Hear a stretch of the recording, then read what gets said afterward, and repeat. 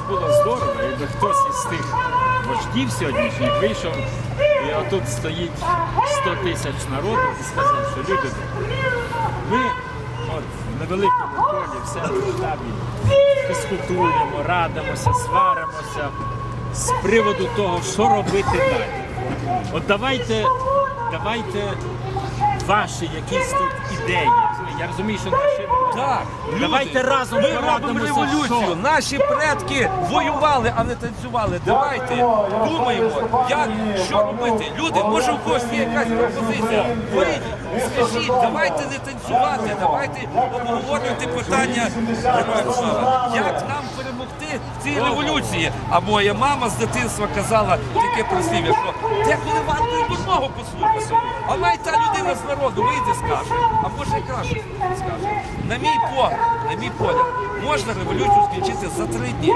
Всього-навсього, аби один визначений лідер підійшов і сказав: тушки, знаю, через який шантаж, через які погрози вас змусили штушкуватися, обіцяю вам амністію, переслідувань не буде, вертайтеся до нас, ми вас приймаємо назад.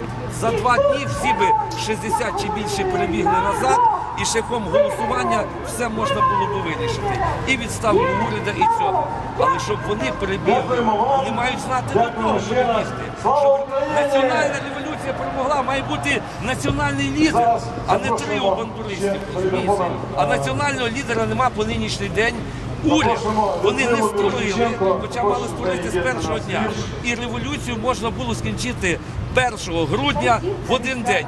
Як мільйонна колона дійшла до Майдана, Беркут, міліція втекли, так само ця колона, не зупиняючись, могла піти Кабмін, Верховна Рада, Банкова.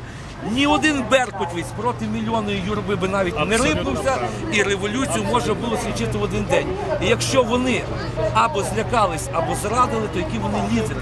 Всі визнають. Люди прийшли тоді не так, як зараз. Люди прийшли з запалом, у них кипіло, брулило, жінки хотіли горло рвати за кров наших дітей.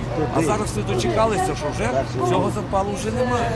Вже немає, він вже так трошки загоряє. Тобто вони отак і хочуть випустити з нас повністю дух, а потім скажуть, як Гриценко: пане Гриценко, який вихід? А як який? Все це так розганяємо, лишаємо від сцени до ангела цей прямокутничок, наметне містечко, тут лишаємо, як гайд-парк, сцену, де будемо агітувати, і стоїмо до виборів 15-го року. А шлях би тебе трафив, курва, мама твоя була, ти будеш тут 1,5 року в наметі жити? Ти не будеш, ти скажеш, що я там жив. Бо ти мудрий, а я дурний. Цей фактор, найважливіший фактор в такій ситуації. Це мільйон людей, це 500 000 людей.